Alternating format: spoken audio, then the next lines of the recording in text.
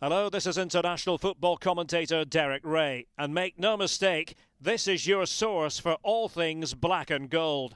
Football just wouldn't be football without Berwick Rangers. Stand by for this edition of the Let It BRFC podcast.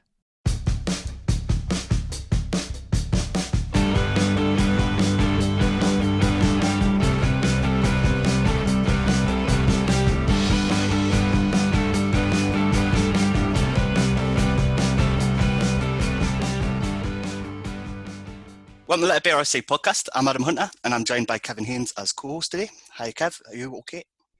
Yes, I am. I don't know why I asked you like that. It sounded weird, didn't it? Well, it kind of makes me answer differently, so it's maybe working. How are you going to answer? Is it just, fine, work's been shite? Shite. I'm missing, I think it's been more evident this week how much I'm missing football, really. With the football being on telly, and you're normally involved, and on a Saturday there's loads of football on telly that I didn't normally get to see, and I'm having to watch, and so sum up the answer, shite. Have you been watching much of the football in here? Bits, yeah. Some of the games are boring me, so I'll watch one game. I know one of these people will sit and watch 3 games, or so kind of pick one game and watch that. Pointless now. The league's over in England, so yeah, it's true. Just the relegation to go now, isn't it? Aye. Cool. Well, we're joined by Ronan and Katie Atkinson and Ian Beresford. Hi guys, how are yous? Hi. Hi, not too bad. Good. Well, thank you very much all for joining. So this episode is in honour of player sponsorships, and we'll get to that in a little bit about your respective player sponsorships for this coming season.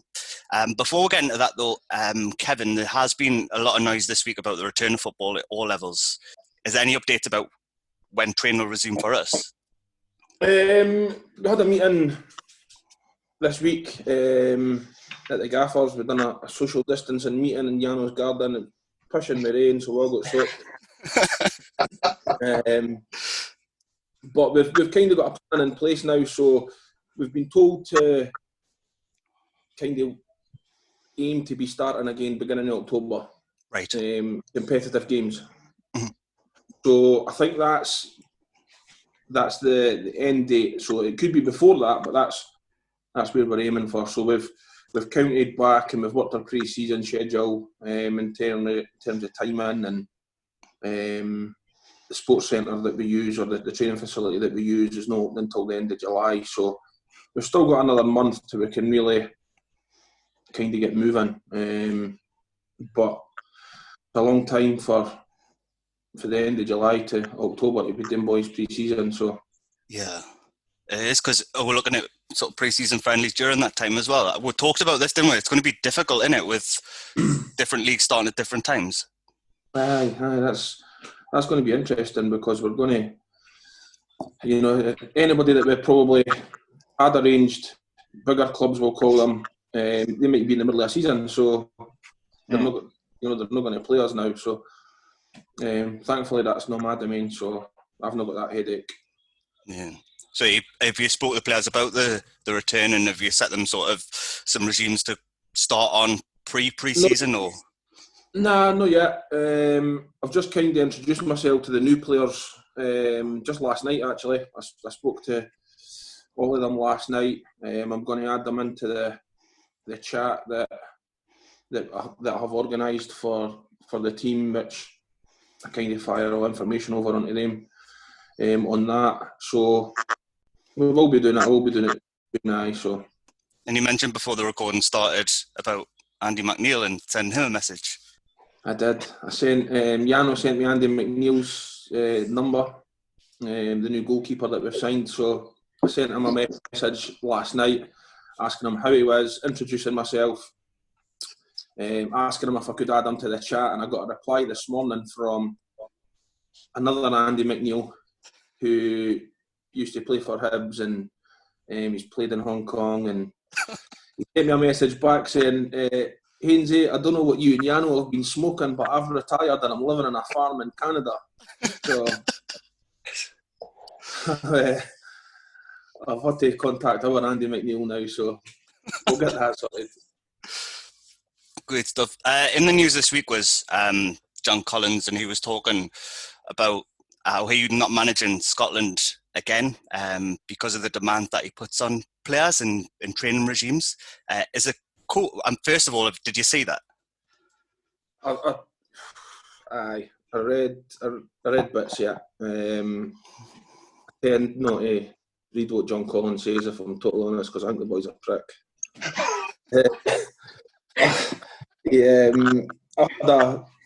I had a wee game of words with him when we played Hibs at Shieldfield one year, so I've never really read anything that he says since. What happened there? We were playing Hibs on Boxing Day, or the 27th or something like that. It was late in December, and I was standing up in the director's box and I was looking at the park, having a cup of tea. John Collins come and stood beside me, and he's standing, he's looking at the pitch as well, and he says to me, he says, what's your name? I said, I'm Kevin Haynes. He says, are you a player here? I said, aye. I play here, centre forward. And he looked at me and he went, never heard of you. So I said, all right. So there's a bit of an awkward silence now, so I thought, I turned in and I says to him, what's your name?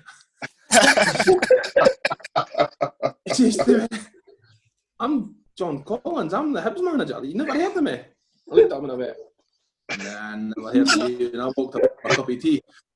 But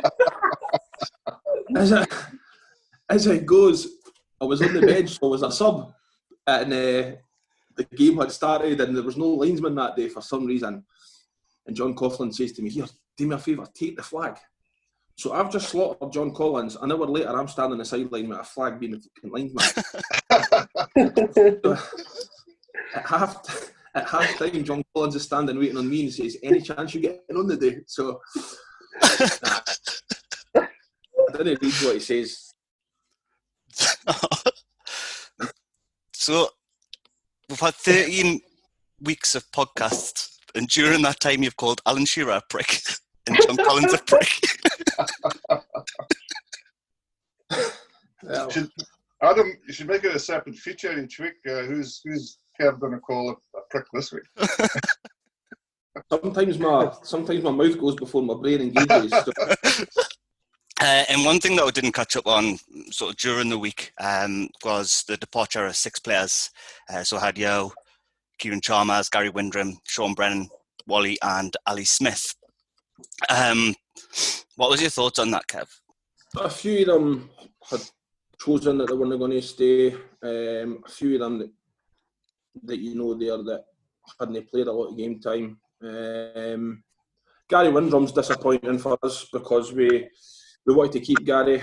We made Gary an offer to stay at the club, and he would feature more in the first team game wise, and also potentially being on loan and gaining more experience. Mm.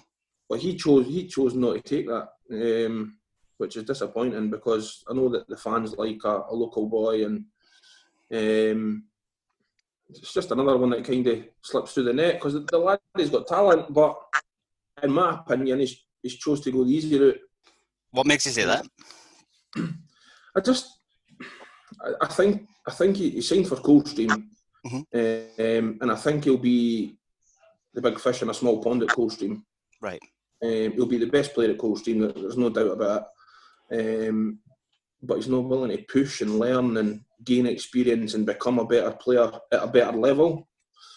So, for me, that's disappointing.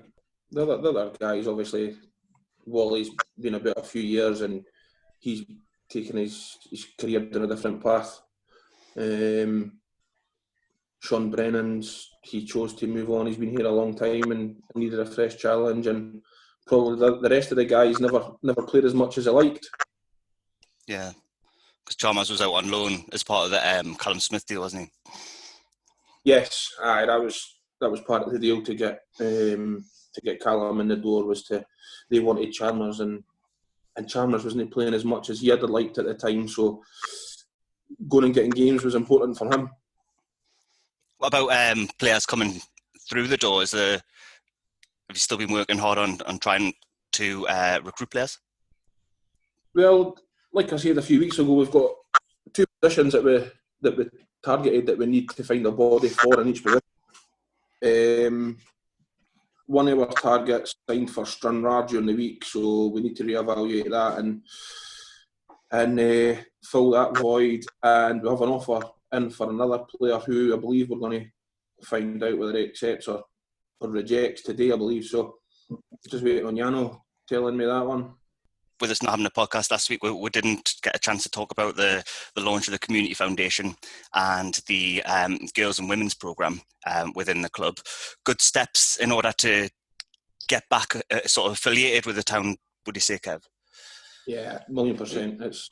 It's something I've said on here before. I think each club should be, a community club. And we should have a pathway from 5-year-old to first team, whether it be male, female, whatever teams it'll be or whatever structure it'll be in. But I think we should give every single person the opportunity to play football for the club. Ronan, what are your earliest memories from following the team? Well, I can remember, I think it was back in 2002. It was actually my 9th birthday and we had a home game against Cowdenbeath. I think I got the away kit on my birthday and went down the game. So I was proud as punch wearing that. And I think it was time when players like Gary Wood, Alex Burke were playing. So some real good players at the club. And we managed to win 1-0. At the time, I didn't realise maybe the hatred between the fans then. So I didn't realise it was as big a game as it was. But it was a good day and sort of just got hooked from then.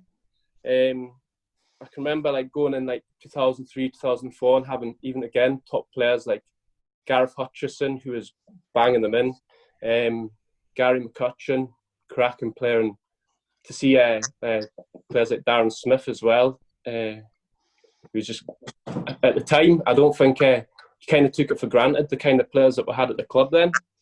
And I can always remember beating teams like Hamilton Accies. I think on one game it was 1-2-0 at home, and it's just mental to see where they've went, obviously into the Premier League, and then where we sort of went down the way. But it was good. I can also remember my first away day, which was Hearts in the Scottish Cup, and I think there was about 500-600 at least away fans, and it was just singing Spandu Ballet Gold and the Berwick Rangers song, and that was it for me. Never looked back. So early memories were good times, yeah. That was you hooked? Oh, definitely, aye. Like I said, I was probably at an age where I didn't sort of respect the players that we had at the club then, because we had some cracking footballers. As I say, there was a lot more. I can't remember. Who's your favourite player? Well, there's some good players. I can remember Gordon Forrest, cracking centre mid, but I probably didn't understand football as well at sort of 9-10-year-old. You've seen players like Danny Swanson come from Leith through Berwick and go on to play for Dundee United, Peterborough. But for me, when I fully appreciated supporting Berwick Rangers, it had to be Kevin Haynes. He just, as I say, I was fortunate enough to see them win the league, and he just got it at the time. He just knew what it meant to the fans, and it was 110% so every game. I can also remember as well, I think he came back in a pre-season against Newcastle, and I'm sure, correct me if I'm wrong, I think it was Olivier Bernard's first game back at Newcastle, and he was over at the Ducket, and I'm sure he absolutely just lifted him. It was like a welcome to Sheffield Park job. I can remember actually being on TalkSport, not TalkSport, sorry, Total Sport and Radio Newcastle, and Bernard was on, and he was asking me, because it was something to do with going to a Berwick game, and he can actually remember getting it absolutely First game back, he thought he'd be taking it easy against Berwick, and he got absolutely lifted in front of the ducket. He gave me a bit that day, actually. He told me he was going to kick me up and down the park. He gave me a bit that day.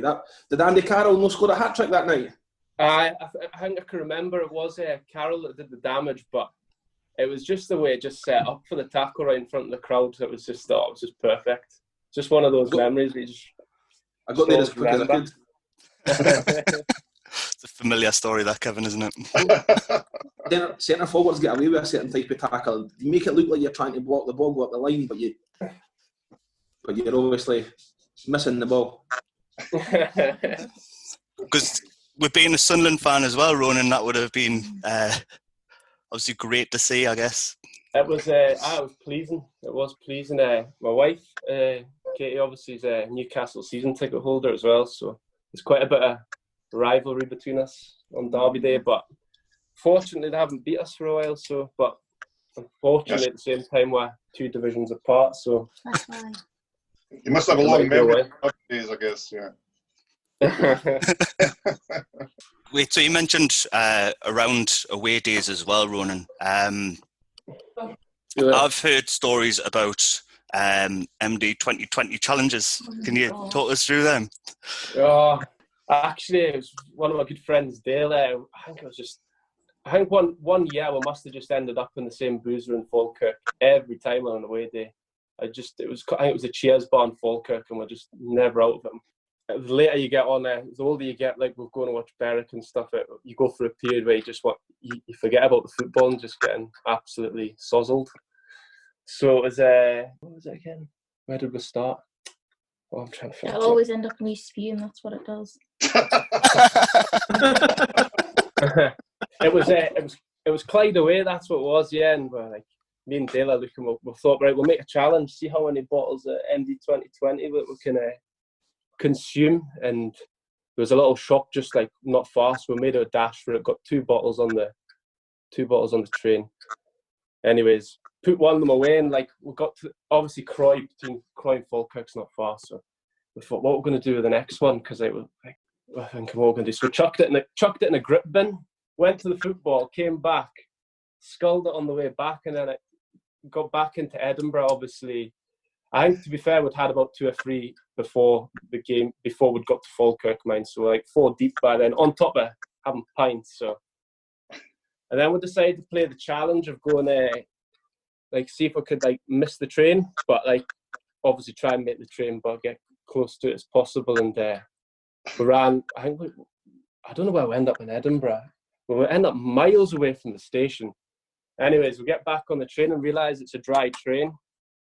And we're sitting there going, oh no, we're gonna get ratted out. But we had Burger King cups, so the MD 2020 just got launched into that, and we're sitting there supping absolutely gassed and thinking, oh, the train guard's gonna absolutely have us here, because it was just so blatant what we're drinking out the Burger King and cups, and thought, right, the only way to get past the train guard is tell them how good of a job they're doing. So anyways, they come what things that what expect the cup sort of thing, and we're like, oh, here we go. And all of a sudden, Dale came through saying, you boys are doing an absolute sterling job, absolute amazing job. And they just blanked us, and that was it. It was quite strange, to be fair. We got away with it. And anyway, the journey went on, and I think we're about 9 or 10 MD 2020s deep. And I think my wife, the next day, it was a long Sunday. Silent treatment. It was a silent treatment. It wasn't just the toilet he was sick in, it was all over the bed, all over the carpet, it was everywhere. So that's quite regular for Ronan, to be fair, after an away day. I think, to be fair, with MD 2020, I wouldn't touch the stuff again now. It's absolutely vile. Never again. It was one of those drinks that it's vile at the start and it gets better, but you see the next day, just no. It doesn't taste nice, like. No, it's grim. It is grim. So I'm off that stuff now. I'm a better guy for it, you know. That was the cheap stuff when I was about 15. It's not cheap now, actually, I don't think. That's about £8-9 a bottle, but You used to I used to skim off my dinner money so I could buy it at the weekend. Oh, it's grim stuff. Like I wouldn't go back to it. Katie, you've got quite a famous association with Berwick through your great granddad being George Shield. Do you want to talk to us a bit around that story? He was chairman for Berwick for a couple of years. I don't know very much about him. It was my granddad that kind of informed me about it. And then recently, when my granddad's passed away, my grandma's been going through loads of stuff and just found like programs, books, memory books that people had made for my granddad. So Roland has been sitting at night time reading these as bedtime reading. So there's like, I've got like 6 or 7 piles of Berwick Rangers stuff, and I'm thinking, what am I going to do with all this? I'm thinking, God, this is awful. But they're so old. They're like 1953, I think, to like 1963. So they're quite old, some of the stuff. But I know all I know really about my great granddad was that he kind of kept Berwick Rangers in the league that they were in, because they went through the courts and things. Because they wanted to knock them out the leagues, but he kept them where they was. Apart from that, I don't really know very much. I like the point. I don't know very much about him. I wasn't here when he died before I was born. Yeah, so it was 63, I think. And Yeah. Rangers, that was pushing for that one. So Yeah, I know there was a few comments after the game in 67, obviously. Yeah, when Berwick beat them. Yeah. No, the books that we've actually been given, to be fair, are like from the 50s, 53, 54, no, sorry, 59, 61 Scottish Cup run. And the guys obviously went through it and took clippings from all the years, and he's got like the match programs. And to be fair, they're probably having a look at them, the club having a look at them, to be fair, because it's some good material in it for people who are interested in the history of the club. Good to get that scanned up or something, wouldn't it? If you could scan it up and. Definitely. There's three full books of it. Like I said, from the 50s when they played Rangers in the 50s. Let's say he's got for like every result of like the Scottish Cup, the games that he tended and stuff, and just clippings, players that had signed when they're on the holidays in Berwick. So it is a good read, to be fair. And I'll make sure I bring it down to the club and get it scanned up. Yeah, that'd be good, man. Katie, what's been your favourite memories from following Berwick? Because I was the only daughter and granddaughter, I kind of got roped into football. I didn't really have a choice in the matter. So going to Berwick Rangers games with like my dad and my granddad was always what I did when I was little. But then as the years went on, it kind of got, Berwick Rangers kind of got pushed aside, and I started to go to Newcastle. But I always remember like the big games for Berwick, but kind of just the atmosphere. You'd always have like the old boys that was there and sitting, and they'd be giving them some heat, and it was just, they just wasn't bothered in the slightest. But that's all I can remember when I was little, is sitting there thinking, I can't believe some of these people are saying some of the stuff.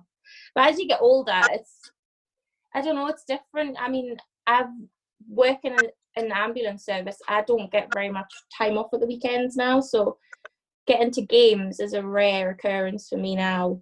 And I think it'll be even more of a rare occurrence as the years go on.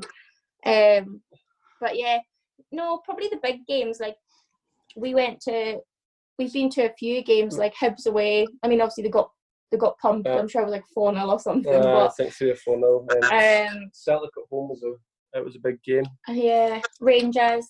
I think that was like 2012, maybe. Like in the league, it's games like that. Like it's hard to think. Like over the years, I've been supporting Berwick, and we've watched Berwick play both big Edinburgh clubs, both the old firms. So, and it's games you take for granted, really. But it's good for the club to be able to play these big games and things. And it's just, like I say, the year that we won the league, it was just it was amazing. Like see at school. Just that was it started snowball effect. I think we got like these pound season ticket books, and you paid £1 every game. And see, by like the start of the year, it was about 4 or 5 of us going, and by the end, it was like 20, 30 people, like just out of our like year going. And like obviously, when I think on Twitter that video of when Dirk scored that goal, it's just it's just amazing, and it's good to. You just hope that that we can sort of get that love for the club back in the town. Really, get everybody talking about the club, because, like I said, I've had some amazing memories. I've met some great friends through Berwick Rangers, and I'm glad and hope that long may it continue. Definitely, it was the first time that I'd seen that replay of the goal. I don't know if it was the same for you, Kev, was it? I was first I've seen it. I can't remember Dyer's ever having a good touch like that. Their first touch. So it was good to see that, and I seen on Twitter as well, like Ronan did, but Tomo's trying to claim an assist. He shanked a free assist. So, no, but it was good. It was good to see that. It was good. I wish there was more of the game.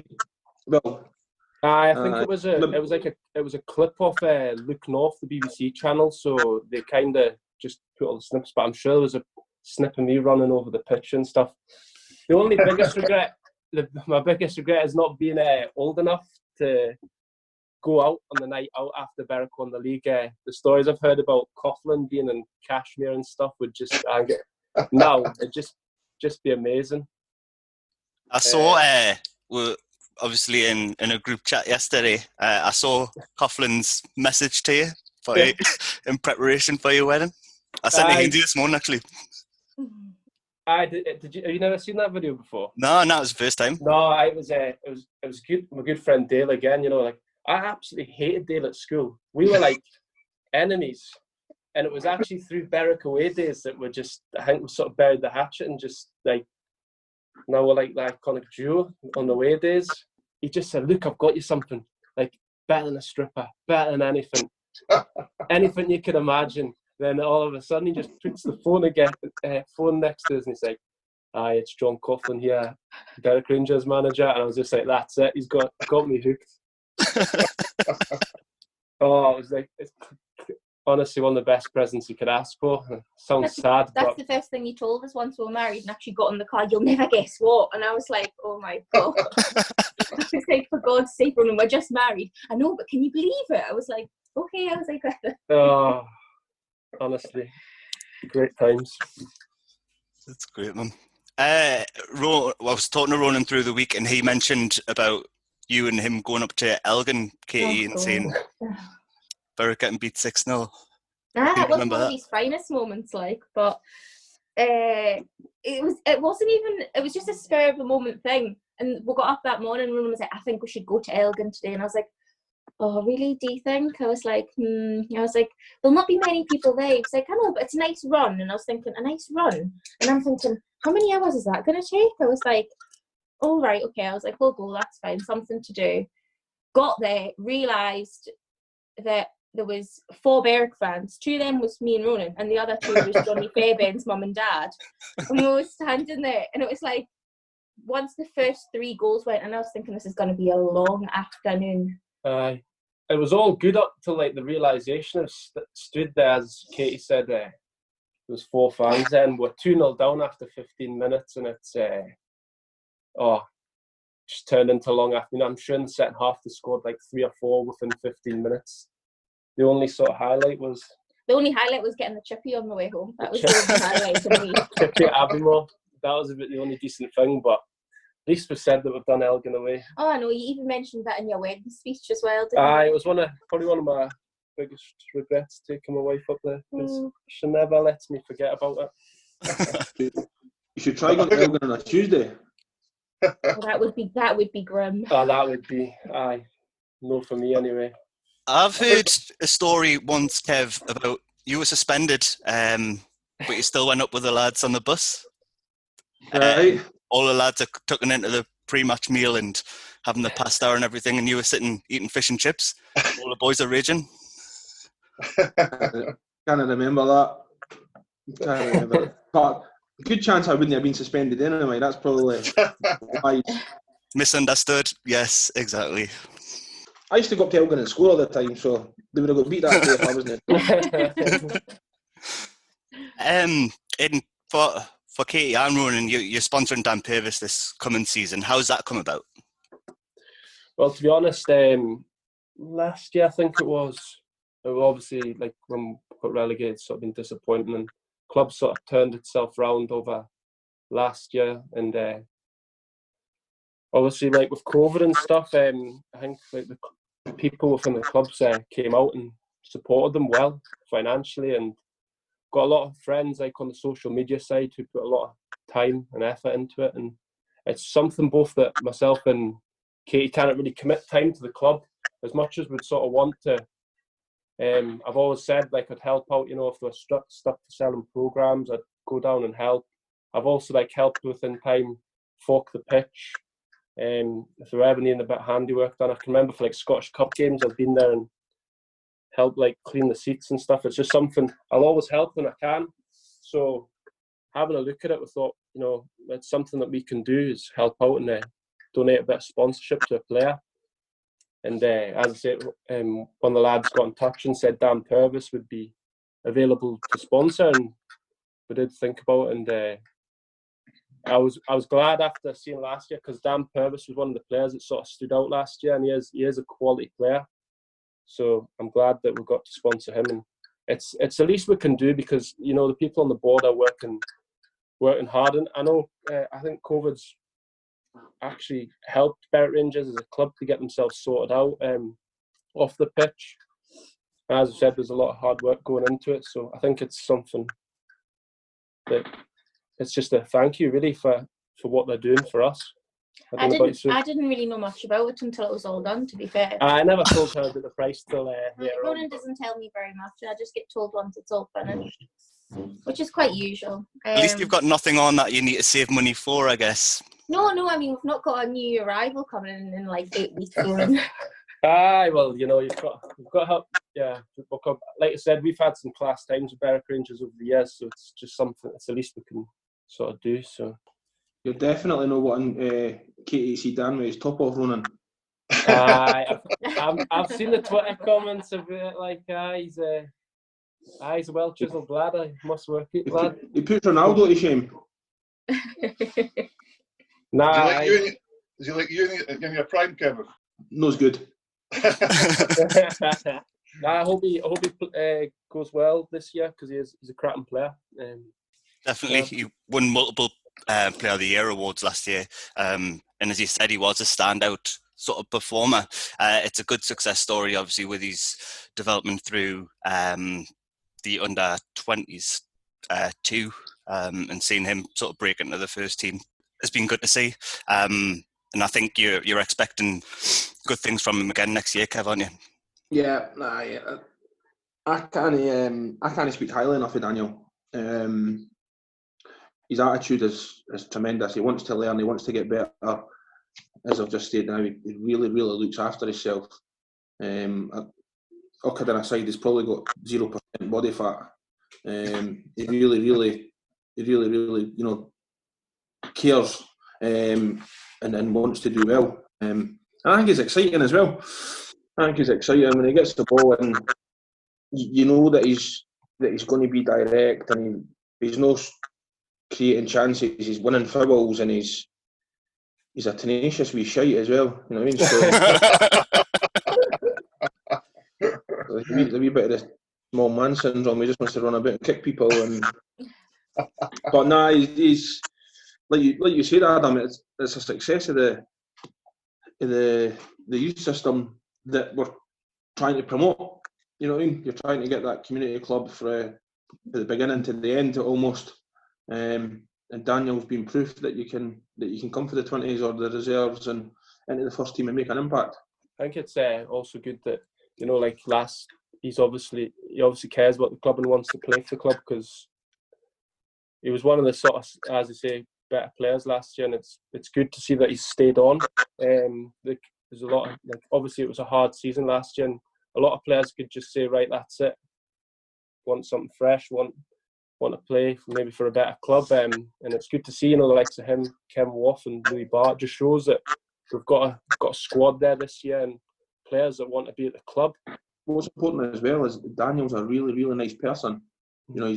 He's well mannered. He's very polite. He speaks well, and he's got time for everybody. So that's important as well. definitely. Even like we got a tweet, a reply off him straight away when it was published on Twitter, and it's just small things like that, go a long way.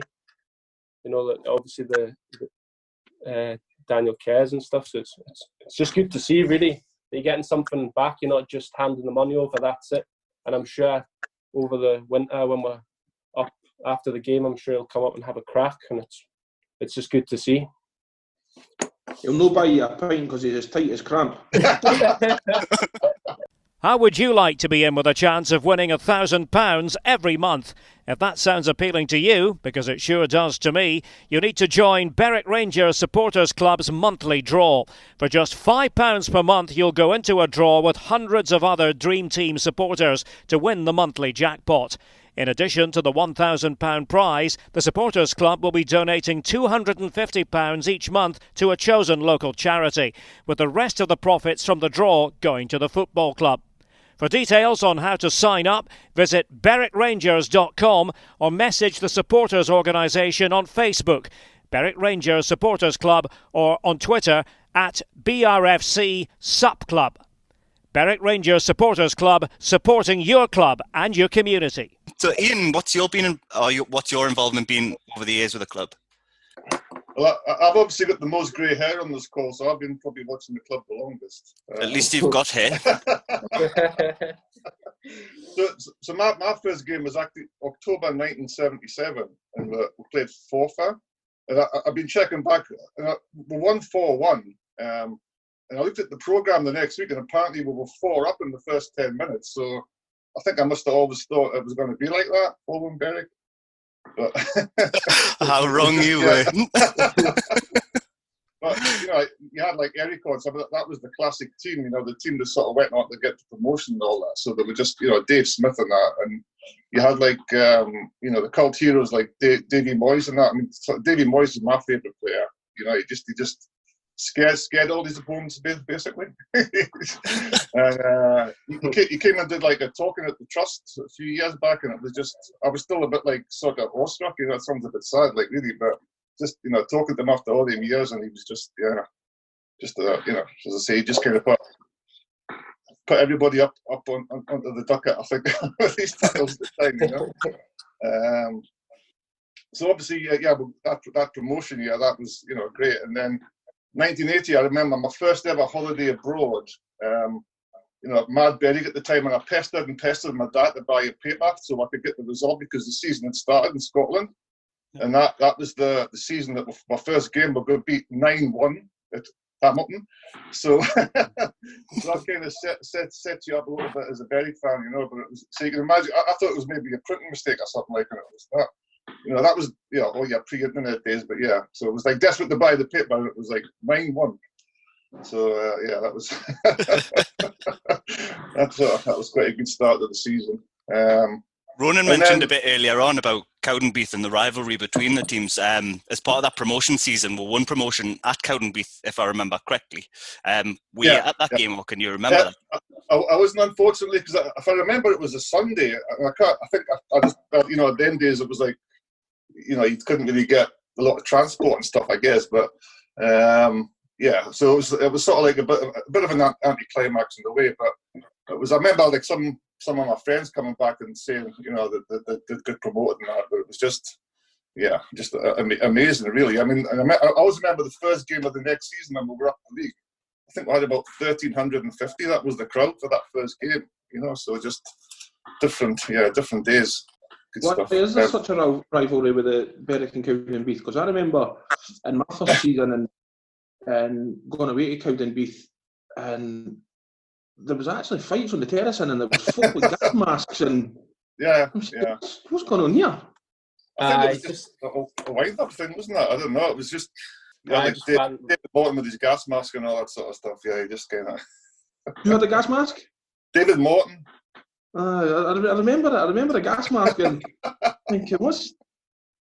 I think Melbourne used to always bring loads of away fans as well, so I think that was maybe a bit of it as well. And obviously they've come down early and stuff, but yeah, it's just, I don't know if there's a sort of anything that actually brought it about, but it's just one of those things that's always been there, I guess. Yeah, it's just strange. Yeah.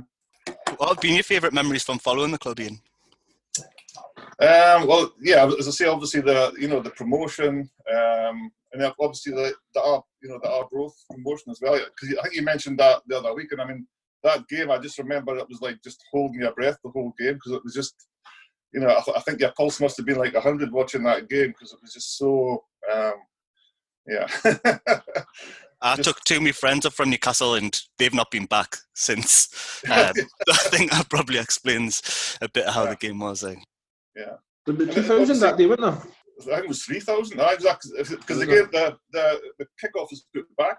And of course, you had like the sort of people that came all the time, like me, that was mourning that they couldn't get that spot on the terrace because normally there's like 400 there. But yeah, as you say, it brought everybody in. It was just a fantastic day. And the game after that was up at Steny, and it was just like a total, you mentioned the away games. Well, that was just a total kind of piss up, basically, because they all had like the inflatables. Were you there, Adam? I wasn't, no, but they were doing the conga, weren't they? Yeah, and then there was like, they were making them, they were going to run on the pitch and all that, and it was just like, yeah. And I just remember George Thompson getting carried back to the bus, he went missing or something like it. It was just, yeah, mad. Was it no fancy dress that day? That was the Cub game, Spartans. It was just, they all had inflatables. I don't know, but yeah, because it's like some photos that everybody had like inflatables and stuff. It was just totally mad. You went fancy dress, Kev? On the way back, I went fancy. I must have got it totally wrong. I was fancy dress. I think on the way back we called it the Jimmy Creases pub, and it was just like, because I always remember when there was like one guy reading his paper and there was like 45 Derry fans piled in, and it was like, this guy must have thought, what the hell's going on here, like, but just like, those away trips, most of them ended in disappointment, but they were always good fun. And Ronan, were you on the bus when it got Baghead coming back from Raith? I actually wasn't at that game that day, but I can remember it was called Baghead. Was it after Raith Rovers? Yeah. Was it not some random people? Just totally. I don't think it was like aimed for us as a Berry fans. It was just these lads like chucked the Baghead from the field and then got a bypass and it went right in the like. Straight through the window. I'm ambushed by Cowden Beat fans or something, but yeah, that was. But it's scary when you think back, because everybody was a bit shook up, but the guy managed to drive back, but it was just it's totally daft, like, really, No, I was going to say, Davy Spence has that thing about he's followed Berry for like 56 years, and 6 of them have been great or something like that. So I guess it could be a bit like that. But actually, I've got a confession, because I was actually a bit of a Laps fan, because like a lot of people, I kind of fell away probably late 80s. And didn't really, I sort of stopped going to games and that. And I remember I went to the Elgin Cup game, I think it was 2004, and we were 2-0 down and we came back to 3-2, and like, the injury time or something, and it was just like I don't know, it was just, as you say, you get the atmosphere and everybody's in the ducket because it was raining, and it was just like, compared to watching the games on the TV now, it was just sort of got us back into it, really. It was just, it was amazing, yeah. Are you still involved with the Supporters Trust now? No, so I kind of managed to give all of that up because just it was too much time on my hand. Yeah, so I was a committee member for about 10 years or something, I think.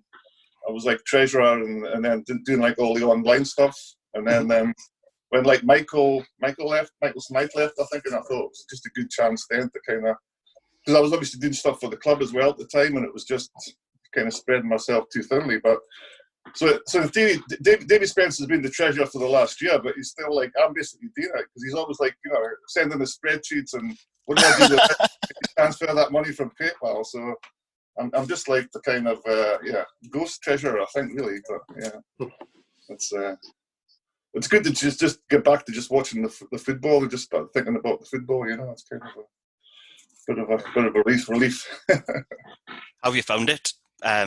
Being back to just watching the football, because it's been the last sort of 12 months, hasn't it? Yeah.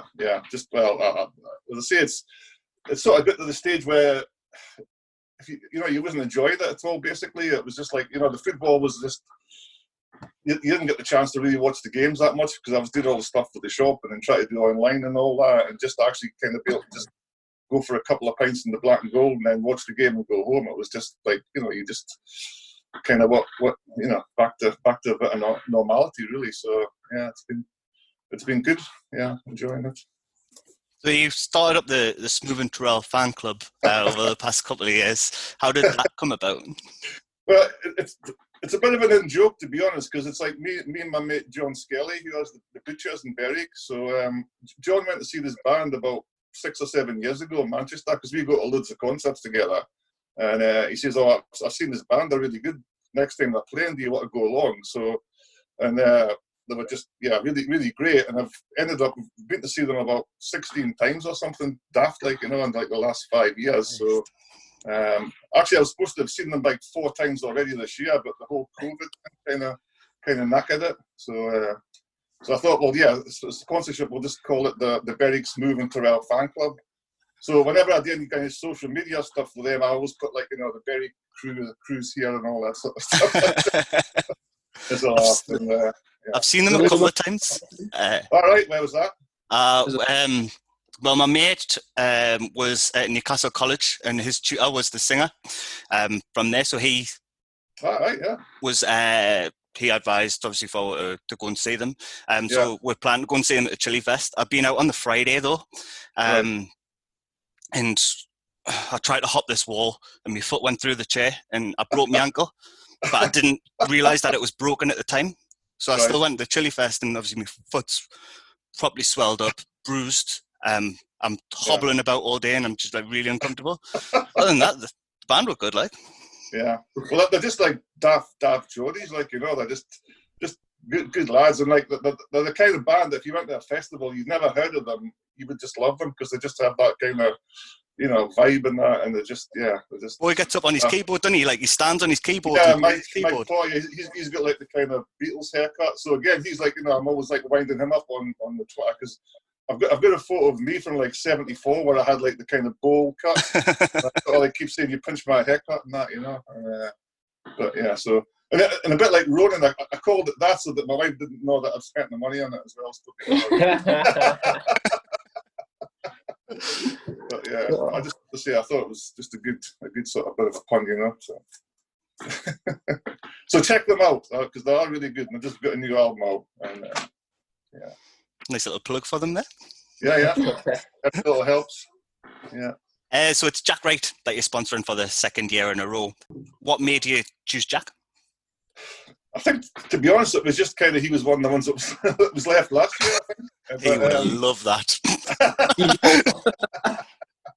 Well, yeah, because what was kind of happening is people were coming in and there was like trying to say, well, can I sponsor them? And it was just, I thought, well, but I know he had like a connection with the club previously, doesn't he? Because Kevin McLeish or something? Or, aye, yeah, so I know there was like, but obviously, as you say, he's a bit like one of the tenacious kind of players as well, he's sort of like, he just kind of gets in about it as well, sort of thing, so, yeah.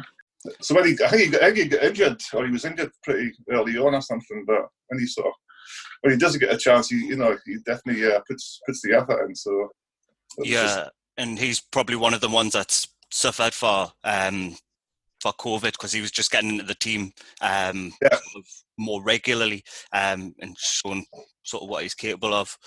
I've had the conversation with Jack. Jack really turned a corner in January. For me personally, and I'm not saying anything here that I've not said to him. I think he found his feet in January. I think he knuckled down and his training was better and his application was better, and hence the reason he got in the team.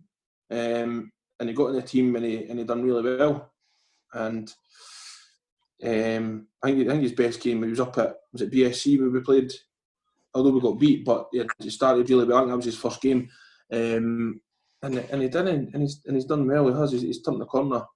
So, like you're saying, he's probably suffered with the COVID. But he just needs to train hard and kick on. You'll be totally aware that we've signed Jordan Sinclair, who's a good player, and it's up to Jack to get to these guys' levels and push these guys. And if Jack's doing well and Jordan Sinclair and Lewis Barr and Ewan Smith are not doing well, Jack's more than capable of playing. So he just needs to work hard and get in the team and stay in the team. It's really down to him, eh? Yeah. And he's done all those runs post-season, isn't he? He's done like all these 5Ks in like 3 minutes or something, isn't he? I think he's timing them when he's on the bus. What were your thoughts on last season, Ian? Obviously, it was a bit up and down. It was kind of like, I suppose it was like a lot of Berwick seasons. You just kind of, a number of times you'll watch a game and we'll have a load of chances and you just kind of seem to get it, and then there's a mistake, and it's sort of like, late on. It's, I think they mentioned the other week that that Kelty game at home. I mean, we absolutely matched them really, and again, it was just that one little thing with quite late on. It just kind of, as you sort of tearing your hair out. I mean, obviously you mentioned Dan Purvis. I mean, I watched him coming through on like the 20s as well.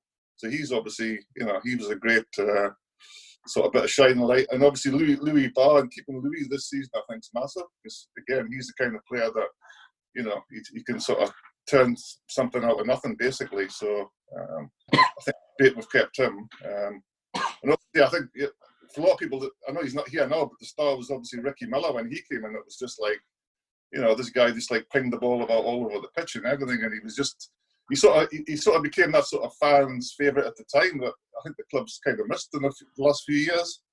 So he was just, just a real, character. And a little story on that. So I was obviously doing the shop at the time, and I was at work, and Dennis phoned us up, and he says, "Oh, we just signed this guy. But we need to get a bigger shirt for him." So he says, "If you get any, I think I'm not saying what it was, but he says, if you get any of that size," I says, "Oh yeah, I'm sure I've got one." So I had to like head out of work. I was like the Dukes of Hazzard driving from Duns into Berwick.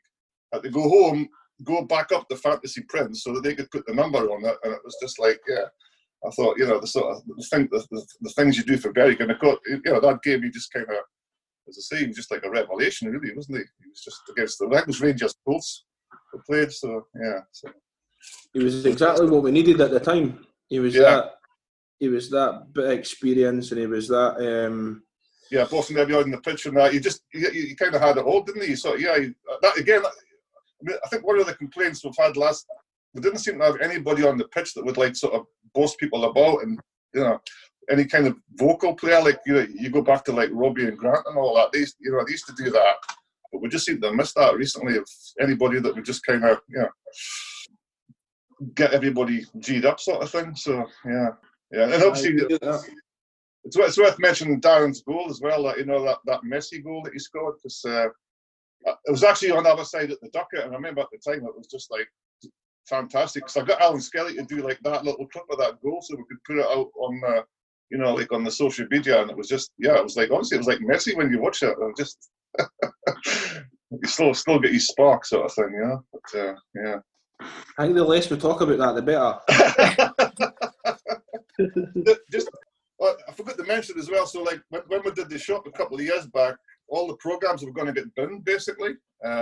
So I said, well, I'll buy the programs, because I thought it's a bit like you were talking before about the stuff that's been found through George Shield, just to kind of keep them. So I had to look back to when Kev joined the club, so the first program. And actually, it said that he missed the start of the season because he was on holiday. So see that's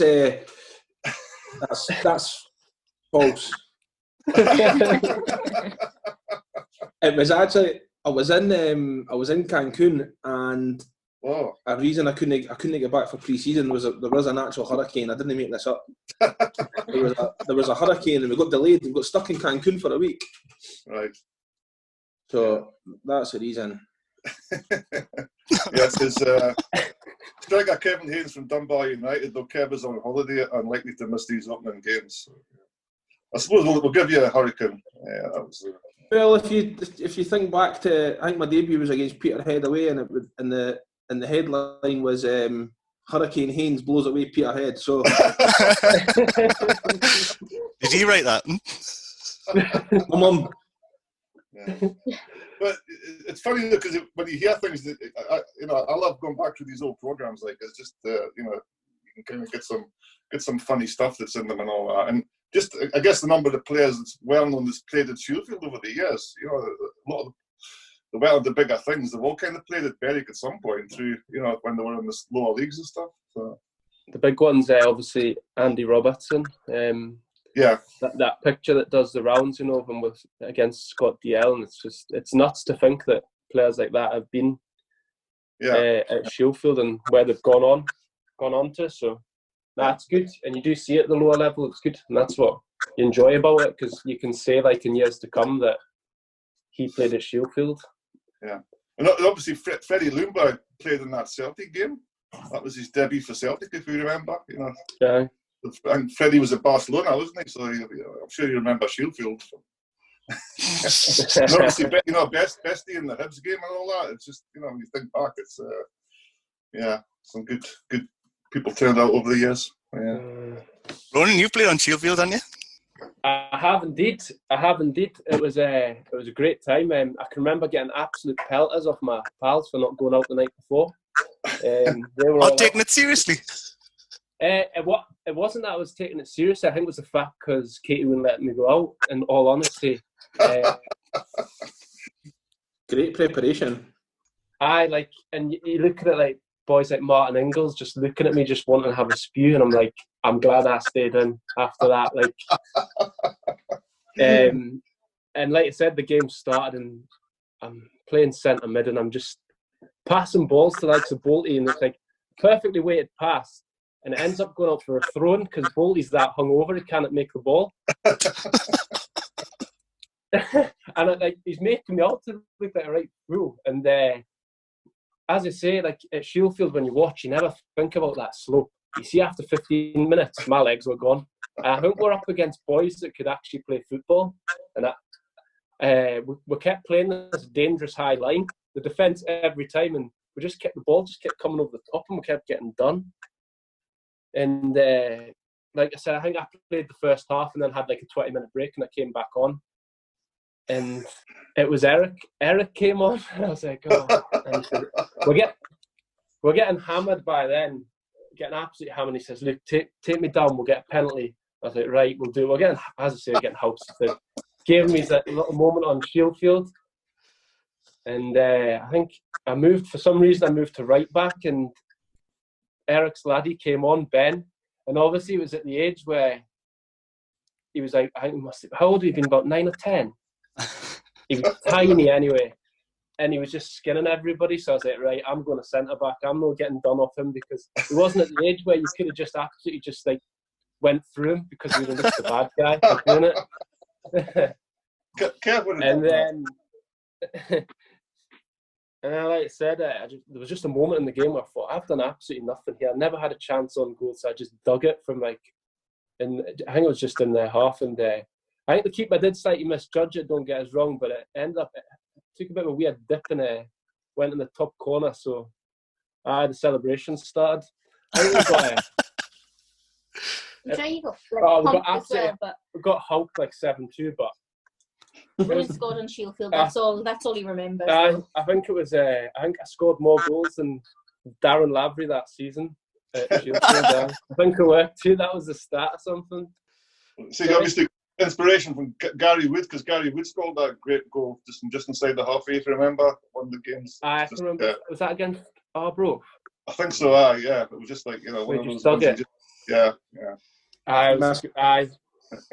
I think it was just a hit and hope. I don't think Ronan actually realised he was going to do it. I remember watching it, thinking he's just obviously having a chance because he's obviously a bit bored. But yeah, when I went in the back of the net, I've never seen anybody. You'd think he'd won the league the way he went on. But it was a cracking day, that, and I hope they organise something like it again, because I think they did raise quite a bit of money from it, and it's good bit of crack and a bit of food and pint after the game, and it was a laugh. I'm sure we had a reporter there. He was playing up front, like for one of the papers, and Tom Maxwell, who did the book. He was playing money. What Tom? Aye. It was good cracking, but it all starts as a laugh, those sort of games. Then you get folk like Pappy turning up, and 10-15 minutes into it, he starts moaning at passes and stuff. I'm like, I've just paid for the crack to play. I'm no out to do anything special yet. On the Right, subject of yeah. Pappy, I saw a video on Twitter this week with him singing the Kevin Haynes song. Do you see that, Kev? Yeah. I seen it, aye. We all seen he was full of the drink, eh? Aye, he had his big blowout. I think he does a good barbecue. Does Pappy? He's got a good back garden for it. I think he was stood on the bench by the end of the night with his top off, singing. He broke the bench, did he not? Singing "Queen, We Are the Champions." He lost the bench, but then actually proceeded to get back on the bench a couple of times and sing whatever songs he wanted to sing. So he's some guy. Is he as ripped as Dan with his top off, do you think, when he had his shirt off? I think he can match him, to be fair. I think he done well. He's looked after himself. So we'll finish up with a couple of points here. The launch of the third kit last weekend and linking up with the Chris Mitchell Foundation. Kev, I think we spoke a while back and you said the white was your favourite of the three tops, didn't you? I like it. I like the style. I like the let's call it the plainness. Just the white plain strip. But it's obviously got a bit of meaning. The clubs promoted it with the foundation and with the black and white logo and stuff. So I think it's been really good, and I think it's been taken quite well on social media as well. Ron, what was your thoughts when you saw that? To be honest, all three kits I think they've done really well. The social media side of it, launched all the kits, and all the kits have some sort of meaning. And obviously, the third kit, it's a good charity, and obviously people struggle with mental health, so it's good to see that they've tied themselves up with a foundation like that. It's also good. I noticed that they're going to leave the front of the strip blank, because a lot of fans have said like the kits look really mean without sort of like a sponsor on the front. So it's good to see that the board are taking a bit of feedback from what people are saying. So, and I think the juniors are going to use the kit as well, maybe as an away option. So it's good. It's good that like the juniors can also again have the same sort of kits home and away. No, it's a nice kit. They've done well. I know a couple of lads at Border Embroideries, and they've helped us out with football kits before, and they do a great job, to be honest. So, aye, I think that the whole area is kind of getting behind the football club now, and in terms of sponsorship and helping like the guys here have done. So it's brilliant. It's brilliant to see and brilliant to read every other day. There's something about a new sponsorship of some sort. So my boss hasn't even told yet that he's due the club money, so wait till I tell him on Monday. I was going to ask you about yours actually. So it's through your work that you're getting yours, aren't you? Aye. He agreed to it last year, and I've kind of agreed to it this year that it'll continue. So I'll wait till he gets an invoice on Monday and I'll slip it on his desk. And then we mentioned about people getting in touch with the club. One person that did get in touch with the club over the last couple of weeks was Russell Craig of the 67 team, and he donated his transfer fee of £100 back to the club. Ian, did you see that? Yeah. So, I mean, obviously Russell's came to the club for years, I think. So I think he's got a caravan up at East Hall or something, so he's in the area quite a lot. And then, that was absolutely, a fantastic thing to do. Russell, he talked at the 50th anniversary dinner, and again, as I mentioned to you, I think he'd be great for this call if he can get him to work the technology. Basically, I don't know, but, and he did the talking at the town hall on Tom Maxwell's book, and again, he just had just one of those guys. You just kind of get him going with the story, and he just takes it, sort of thing. So I mean. Obviously, he's not added on the inflation since 1963 or whatever, but well, you're an accountant. You'd probably be able to tell better what that would mean in today's money. Yes, I don't know, $9,000 or something, probably something like that. But, I want to know how he got more money than me in '63 than I got in 2005.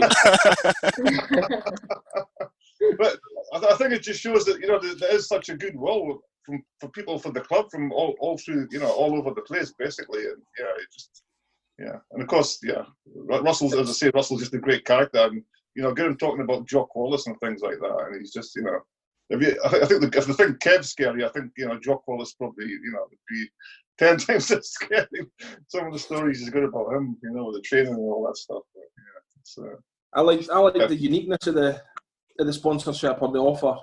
yeah, it's a one-off. It's his, it's his signing on fee or whatever it is that he received. It's not a sponsoring a shirt or sponsoring a player, or it's a donation kind of his way, and it's been unique. So I like that side of it. Yeah, it's a great thing for like the news side, basically, isn't it? To sort of say that, it's to sort of get that, that as a story out there as well. It's just, it's just a brilliant thing to do. Finally, Katie, when are you due? End of August. End of August. So you've been painting over the last couple of weeks, I think. Well, I've not. Ronan has. Ronan's been building I say he's been building the flat pack, but he had to get my dad up to come and help him, to be fancy. There was a few swear words and a few tantrums, but he eventually got there. You having a boy or a girl, or do you not know? Don't know. Not sure yet, so... I think Ronan's secretly hoping it's a boy. I don't know what his face is going to be like if it comes out a girl, like. Remember Ronan's favourite player? Yeah. Coughlin will be the middle name, maybe, at least. Oh, I think we might pass on that one. At least with clearing up all the sick, you'll be, you've had good practice for Ronan, so yeah. Plenty practice. They'll still happen. Hopefully they'll have some many years supporting Berwick Rangers as well. So, yeah. But good luck. Thank you. Good luck. Yeah, good luck. Yeah. And thank you everyone for joining today. We appreciate you coming on and giving up some of your time to talk on the podcast. And thanks everyone for listening. We'll be back next week with another episode of the Let BRFC podcast. If you enjoyed the episode today, please share it with your friends, followers and family. And we'll see you soon.